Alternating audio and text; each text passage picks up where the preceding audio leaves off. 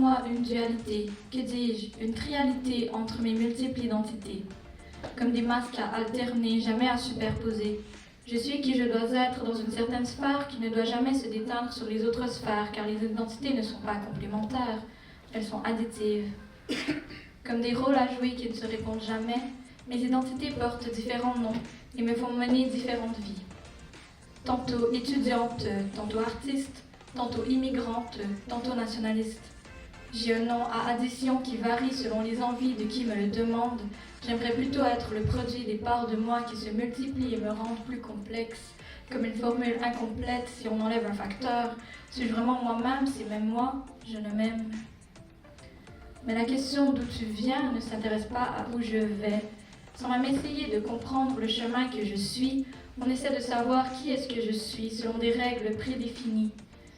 Difficile d'être un être derrière des statistiques, difficile de se reconnaître une valeur, autre que de représenter une communauté à laquelle on m'a assigné.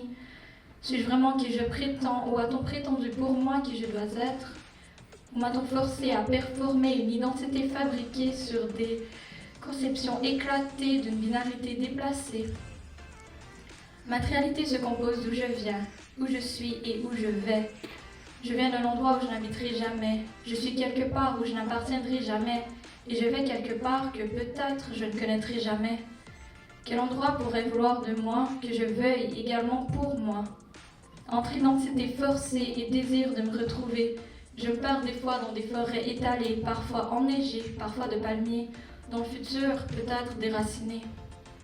Le plus dur de se perdre en forêt est d'avoir un itinéraire tout tracé, mais au final se demander si simplement avancer sans y repenser est la bonne méthode à adopter, et si le chemin dissimulé était la clé pour s'y retrouver, et si les avenues jamais empruntées étaient celles qui m'apaisaient.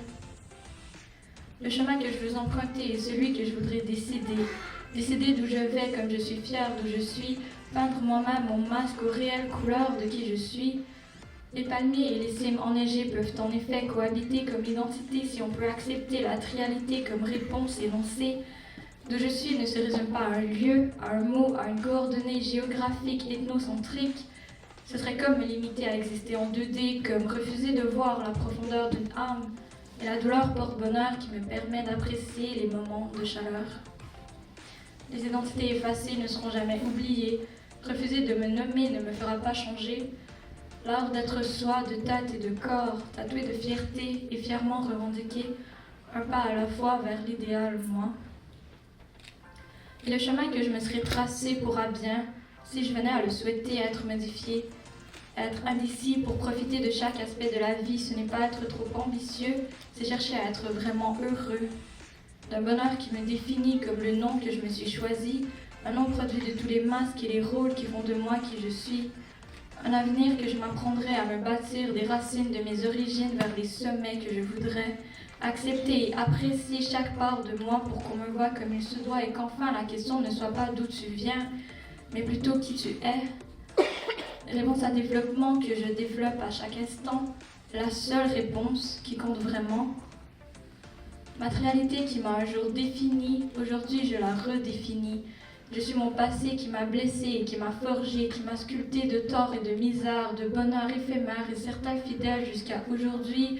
Je suis ce moi que je bâtis, mes efforts et mes sueurs, mes douleurs et les douceurs du quotidien qui me font espérer que demain, je suis un peu plus vieux, un peu plus sage, à l'image de mes aspirations, une source d'inspiration et une force pour mes communautés, une fierté aussi qui pourra représenter, revendiquer, redistribuer, et je l'espère, pardonner.